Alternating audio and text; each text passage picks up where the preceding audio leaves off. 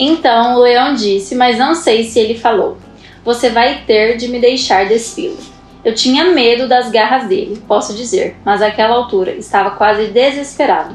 Agora só me deitei de costas para deixar que agisse.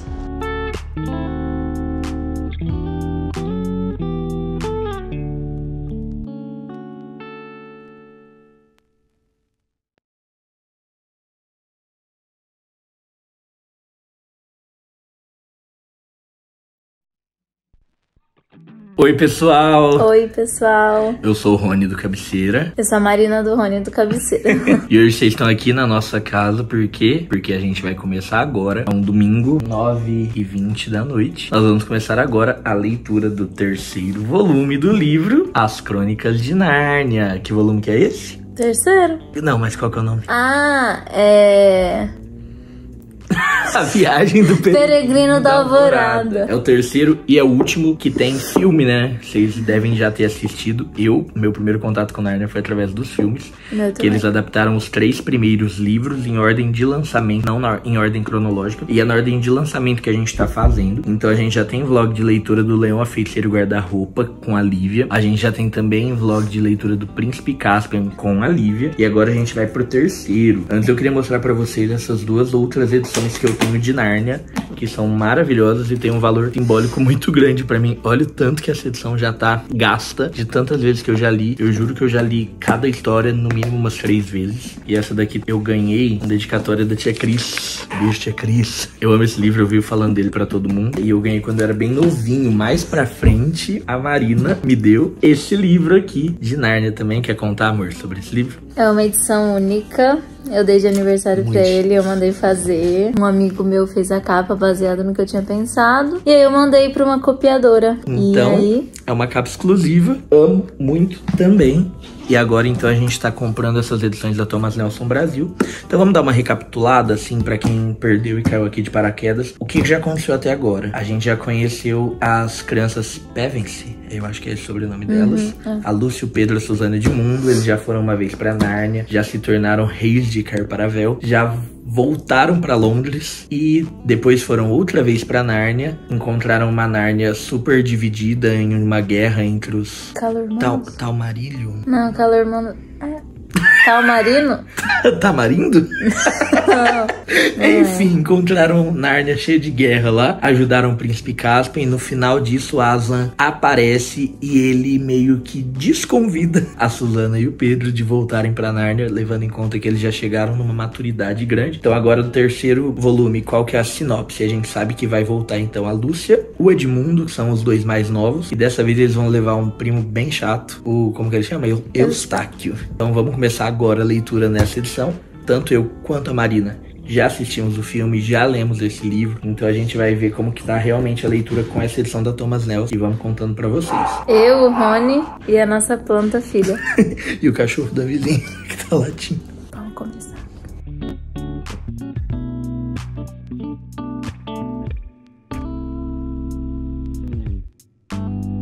Voltamos, gente. A gente só leu um capítulo, né? Porque a gente tá com muito sono. Inclusive, na hora que eu fui ler, eu ficava bocejando muito. Eu não lembrava que era... Quer dizer, no filme eu sei que é bem rápido também, mas eu não lembrava que era tão rápido. Assim, de início a gente já vê toda a história, assim, né? Que vai se desenrolar igual no filme. Em um capítulo só muita coisa já aconteceu.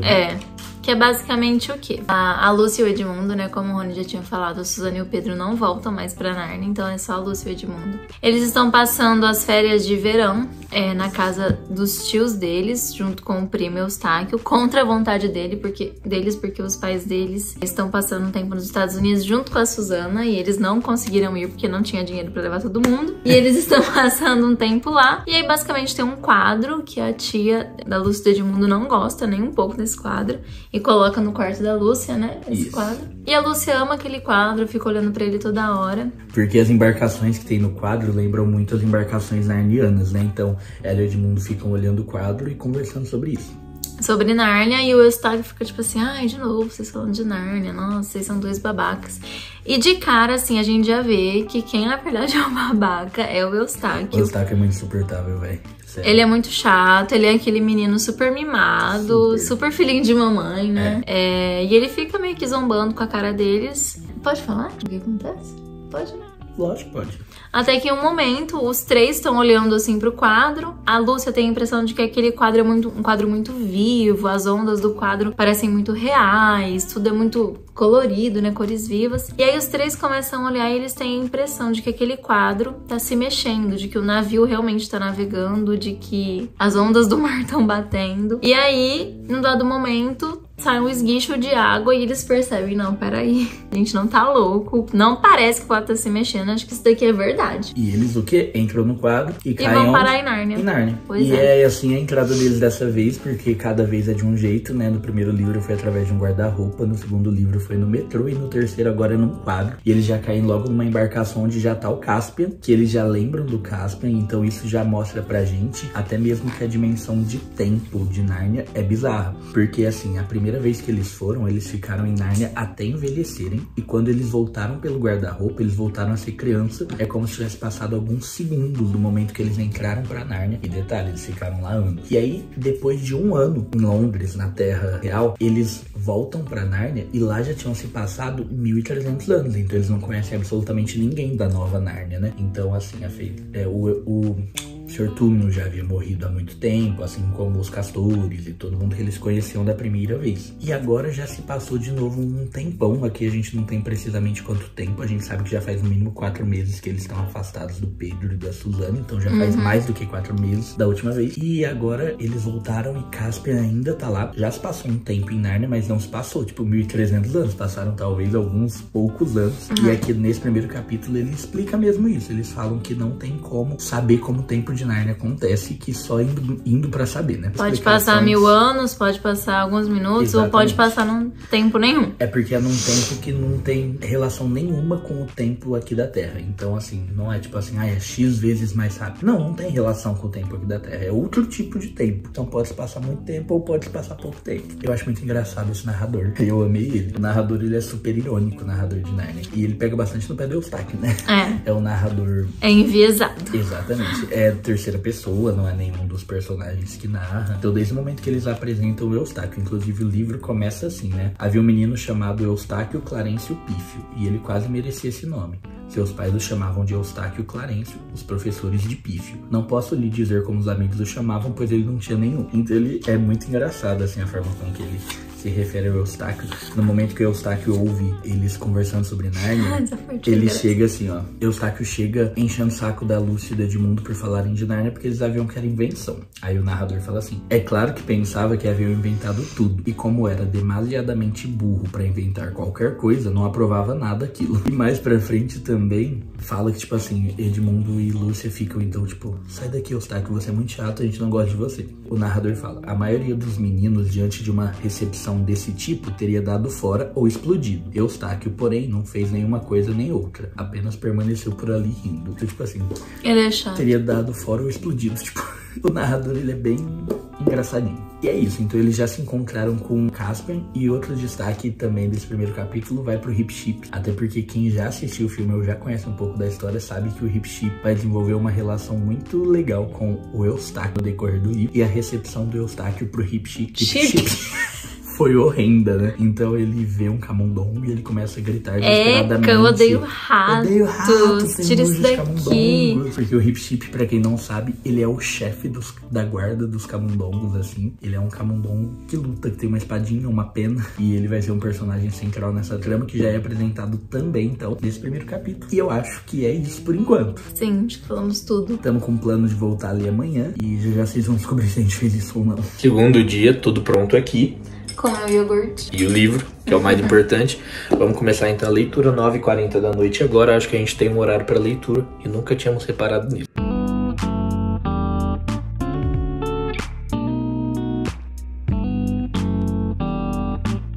Terminamos agora o primeiro e segundo capítulo, então vou falar um pouco das minhas impressões. Eu achei que esse segundo capítulo ele foi bem importante porque ele explicou algumas noções já que a gente ia precisar saber para continuar o livro. A questão do tempo, que eu até comentei que o tempo de Narnia é esquisito, aqui a gente sabe que já se passou 1 ano na Terra Real, em Londres, da última visita dos Pevensey até Narnia, enquanto lá já se passaram 3. Caspian já explicou que Narnia está bem estável, 3 anos, em paz, sem guerra. Ele continua sendo o grande rei de Nárnia e explica pra gente o que ele tá fazendo no mar. Então ele explica que lá atrás, antes dele se tornar rei, quando o tio dele tava tentando dar o golpe lá pra conseguir conquistar Nárnia, o tio dele pegou alguns dos grandes conselheiros e dos grandes amigos do pai do Caspian, que também era o rei Caspian, e mandou para explorar umas terras do leste, do norte, não sei, de algum ponto específico lá, que eram terras muito desconhecidas e esses caras nunca voltaram. E o príncipe Caspian, que hoje já é rei, ele fala que quando ele se tornou rei, quando ele foi coroado em Car-Paravel, ele prometeu diante de Aslan que quando ele tivesse a oportunidade, quando Nárnia estivesse estável, ele sairia e faria uma viagem de 1 ano pelo mar até encontrar esses sete amigos do pai dele. Então esse é o Lords, né? Sete Lords. E esse é o grande plot, então, 7 Lords da viagem do Peregrino da Alvorada. A gente, no capítulo 2, mostra... Tem um enfoque maior no Eustáquio, né? Tem. Já dá pra ver um pouquinho mais da personalidade dele, de como ele é chato. Exatamente. Já dá pra ver que ele não vai ser um simples personagem secundário, né? Porque ele vai ser ele vai ter um protagonismo. Inclusive, tem a hora que ele tem um diário, né? Então ele vai narrar algumas coisas ali que são totalmente contraditórias ao que o narrador, né, principal fala, e vai mostrar um pouquinho mais da relação dele com o ratinho. Já começa a desenvolver mais o relacionamento dele com o Hip Chip.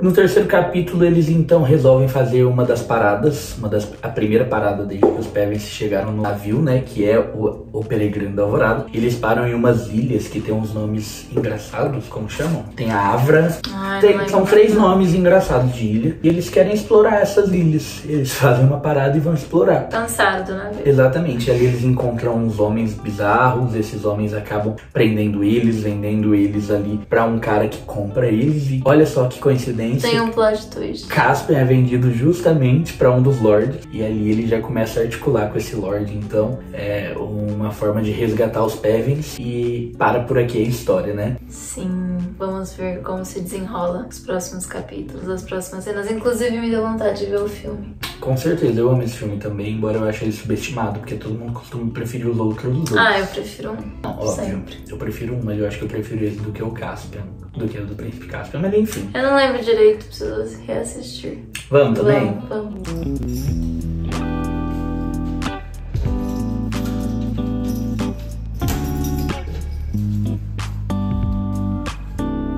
Yo! Salve, galera, estamos chegando agora. Fomos mandar o que? Um japa monstro. E a gente lembrou que faz o quê? 1 milhão de anos que a gente não aparece por aqui pra gravar esse vlog. Sim, mas a gente tá lendo. Exatamente, o duro é isso, a gente tá lendo. Só que como a gente lê, tipo assim, no horário que sobra, antes de dormir, geralmente super feio, a gente não tá gravando. Então agora a gente vai comentar os 4 últimos capítulos que nós lemos. Pessoal, seguinte, a gente vai comentar com vocês do capítulo 4 até o capítulo 7, que foi o que a gente leu no decorrer dessa semana, hoje 25 de agosto. Eu estou com 27 anos, a última vez que eu apareci eu estava com 26. Seguinte, gente, não tá calor.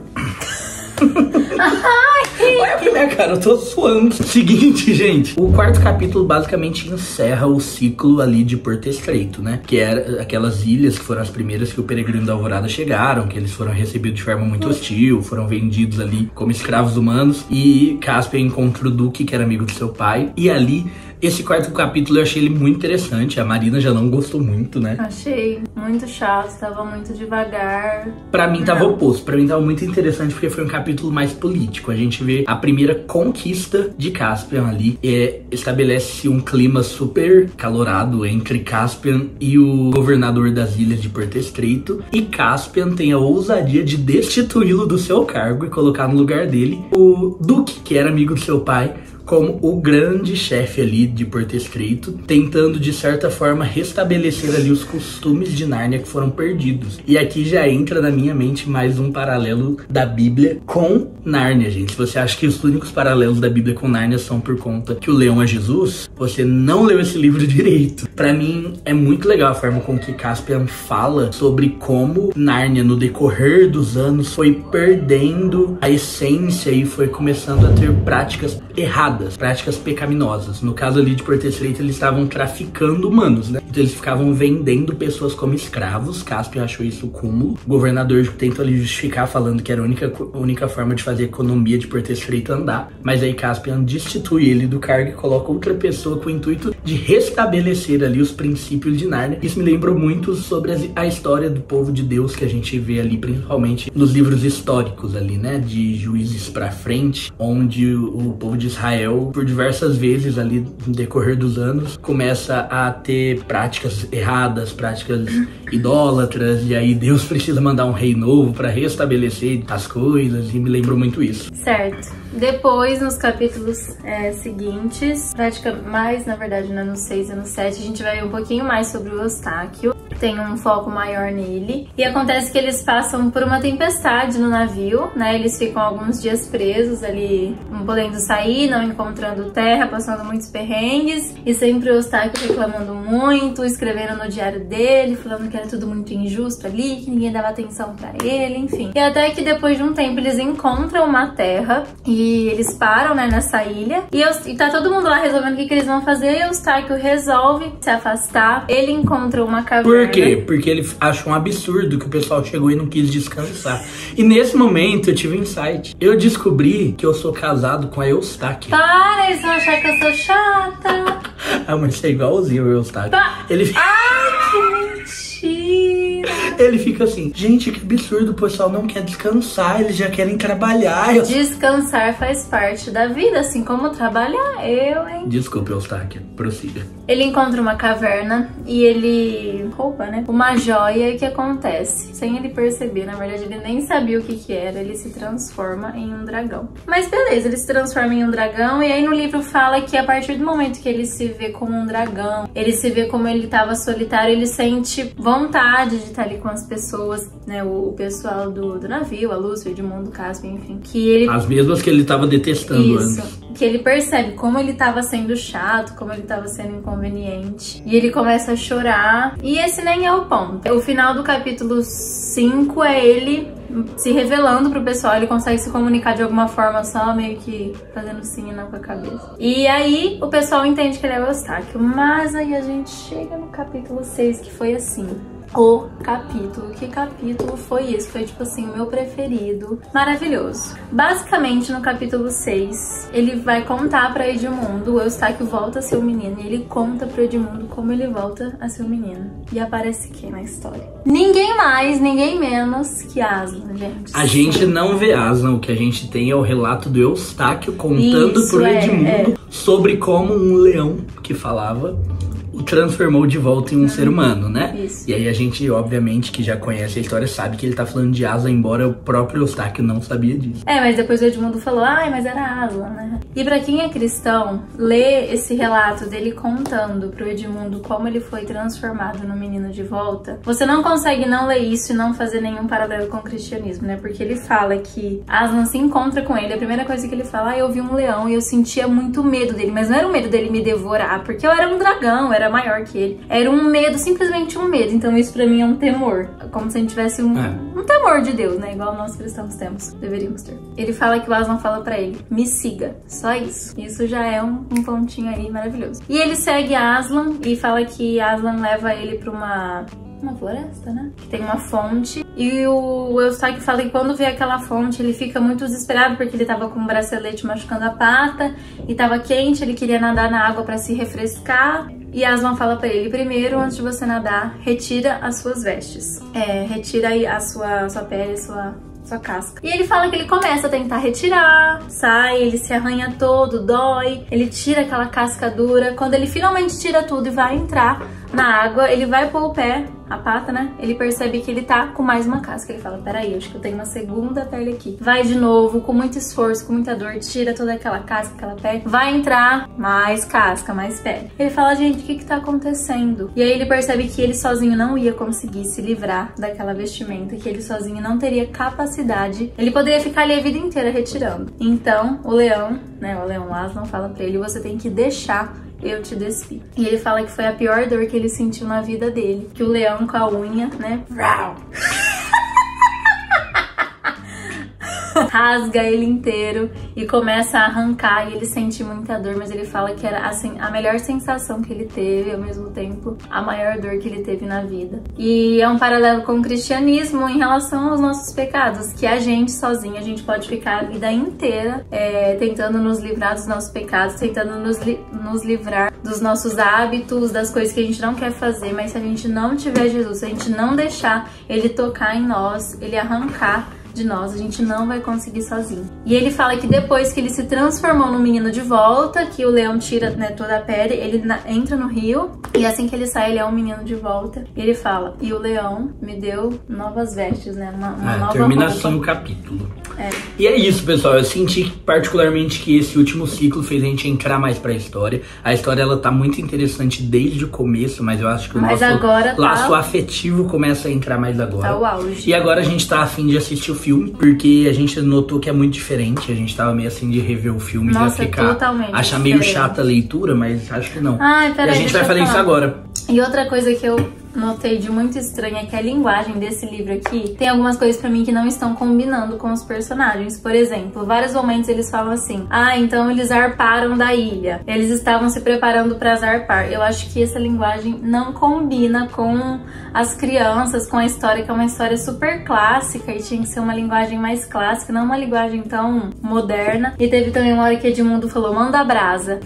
Não combina, eles são crianças europeias, não brasileiros, então não combina. E nesse livro aqui... Eu já sou total mais mente aberta, já não me incomoda. Não, achei estranho. E nesse livro aqui, que é a linguagem antiga, não tem nenhuma dessas... a linguagem outra tradução, não tem as mesmas falas estranhas que tem nesse daqui. E agora a gente vai começar a assistir o filme. É isso, pessoal. Tô percebendo que a gente tá falando tanto que, meu Deus, mesmo. Eu tô com medo de ficar um vídeo de 2 horas, porque em 3 capítulos deu 10 minutos. A gente vai tentar ser menos prolixo nos próximos capítulos e talvez, em vez de ficar fazendo resumo de capítulo, só partir pro que a gente achou. Não vamos mais falar, tipo assim, aconteceu isso, isso, isso. Tá, mas você já tá falando. E é isso. Tchau. Tchau.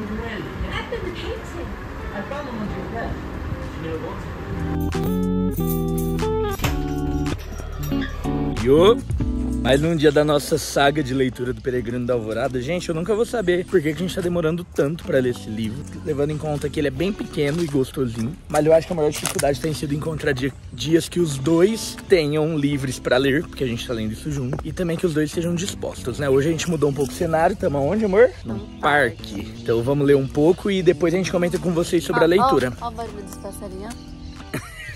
Pessoal, a gente vai juntar também uma quantidade boa de capítulos lidos antes de comentar. Então pode ser que a gente não comente agora, que a gente leu agora. Porque se a gente lê um capítulo, comenta um capítulo, demora muito. O vídeo fica longuíssimo. Então a gente vai juntar uma quantidade boa, até pra não ficar também um vídeo gigantesco, né? Então é isso.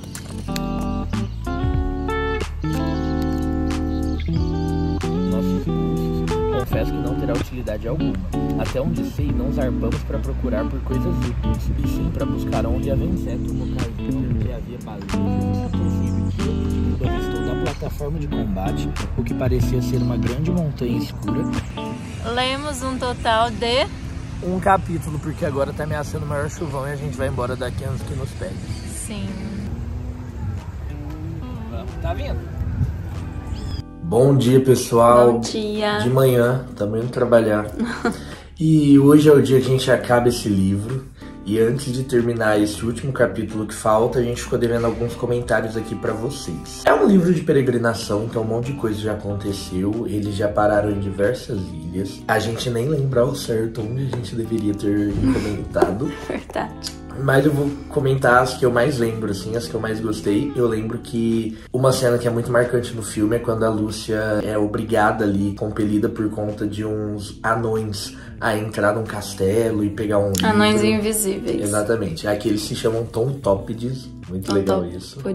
Tontópides, exatamente. E aí tem essa cena, dessa vez, ela que se voluntaria a entrar, ela não é obrigada igual no filme. Mas a gente vai falar sobre isso na hora da gravação dos vídeos, sobre as diferenças do livro pro filme. E enfim, mais pra frente a gente descobre que o dono daquela ilha é uma estrela. E ele não é a primeira estrela não é a única estrela que eles vão conhecer nessa história, não. Depois eles vão conhecer Ramandu, que também é uma estrela, que tem uma filha, que é a filha de estrela. E Ramandu vai orientá-los aí ali até o final do mundo, e esse é o capítulo que a gente parou. Falta então ali só eles chegarem no fim do mundo. Exatamente, e a gente vai continuar este vídeo comentando o próximo capítulo no dia da gravação. Oi pessoal! Cabeçudos. Eu sou o Rony do Cabeceira. Eu sou a Marina do Rony do Cabeceira. E a gente acabou agora, não faz o quê?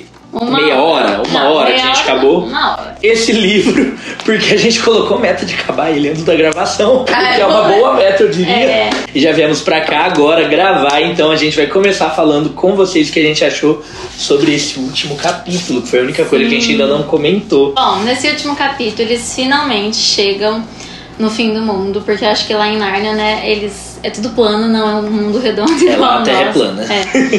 E eles chegam no fim do mundo e Hip-Chip finalmente vai pro país de Aslan, que sempre foi a ambição deles. É meio estranho assim, né? Tem umas flores, aí tem uma onda que fica parada, bem parecido com o filme, né? Mas depois a gente vai falar sobre isso. Mas essas flores é antes do país de Aslan, isso é no caminho. Sim, no caminho do fim do mundo. E aí eles chegam ao país de Aslan e lá eles encontram Aslan, mas de uma forma inicialmente diferente, né? Eu acho que assim, a graça desse último capítulo é que a gente passa o livro inteiro esperando que momento o grande protagonista dessa série de livros, né? Aslan é o único personagem que aparece nos 7 livros. Que momento que o grande protagonista vai aparecer, porque até então, durante os outros 15 capítulos, ele não tinha dado as caras pra nós leitores. Ele tinha sim aparecido na história, né? Eu tava até comentando isso com a Marina. O Eustáquio já tinha o visto, assim como o Caspian também. Acho que a Lúcia. E eles contam pra nós leitores o que ele falou, como ele falou, mas a gente mesmo não tinha visto ainda Aslan, né, até o presente momento. Sim. E ele chega, e o que eu achei magnífico, muito lindo, muito emocionante, como... Ele chega como um cordeiro, fazendo aí uma referência ao cristianismo, né? Afinal, esse livro é cheio de referência. E ninguém reconhece ele, é óbvio, né? A Lúcia chega lá esperando ver Caspian, chega um senhor cordeiro, ela fala, oi, senhor cordeiro. Oi, senhor cordeiro, você viu Aslan passando por aí? É tipo isso, né? E é muito legal quando eles descobrem, ele se personifica novamente em um leão. E o final é muito bonito, muito magnífico. E as crianças começam a perguntar se elas iriam voltar pra Nárnia, né? A Lúcia e Edmundo. E Caspian fala... Aslan fala que não, mas que Aslan estaria no mundo deles, que eles teriam que aprender a reconhecer ele de lá. E eles ficam, mas como? Você tá no nosso mundo? Como assim? E ele fala que lá ele tem outro nome e que o objetivo das crianças terem ido pra Nárnia, né, as 3 vezes, né, Lúcia e Edmundo foram 3 vezes, era pra conhecer um pouquinho dele ali, pra que no mundo deles eles pudessem conhecer ele ainda mais. É verdade. E é isso, no final também a gente vê um pouco da frustração de Caspian, quando ele não pode entrar na terra de Aslan. Ele chega ali quase até lá e ele fala tchau pros marujos, ele já monta todo o plano, ele já fala, Killian, quando chegar você vai falar pro anão isso. Não é Killian? É Brinian. Não existe Killian. E Caspian já faz todo o plano do que aconteceria na ausência dele em Nárnia, né, como deveria ser feita a eleição para um novo rei, porque ele definitivamente já tinha decidido que ele ficaria por ali. E Aslan aparece pra ele falando, cara, cai fora, não é isso que eu quero. A partir daqui você volta com a tripulação e você vai deixar aqui tão somente as crianças, né, as 3, né, Eustáquio junto ali com Edmundo e Lúcia, e Hip-Chip, né, o rato destemido desse livro, que só fica pensa também no país de Aslan. Exatamente. Então a gente vê ali ele um pouco frustrado também por isso, mas a história fala que quando ele volta, ele se casa ali com a filha do Ramandu, a filha da estrela de uma das ilhas. E é isso, pessoal. Não, peraí, esqueci de falar um negócio importante. Outra coisa que eles enfatizam aqui também é na forma que Eustáquio mudou depois que ele teve um encontro com Aslan, né? Porque a gente sabe, né? Vocês viram aí no vlog que ele se transforma em um dragão, depois Aslan vai lá e destransforma ele em dragão. E falam que depois que ele voltou de Nárnia, ele nem parecia mais o mesmo menino, porque ele era um chato insuportável, que ninguém gostava. Mas, fazendo um paralelo com o cristianismo, né, dá pra ver que a partir do momento que ele teve esse encontro com Aslan, assim como nós temos... Vou pregar, do nada. Assim como nós temos um encontro com Jesus, ele não ficou mais do jeito que ele era, ele mudou completamente os comportamentos, os hábitos dele, e isso se tornou visível pra todo mundo. Isso eu achei muito bonito também aqui. Eu acho que já dá pra gente engatar também, falar então a nossa avaliação final, pessoal. Pra mim, então, é mais um livro aí, né? Eu acho que vocês sabem que tá se tratando de uma releitura. Pra mim e pra você também. Você já tinha lido? Eu não lembro, sabia? Eu já li tudo de Nárnia mais de uma vez. E é mais um livro que eu reafirmo minhas 5 estrelas. Eu entendo que em alguns momentos esse livro ele é um pouco cansativo.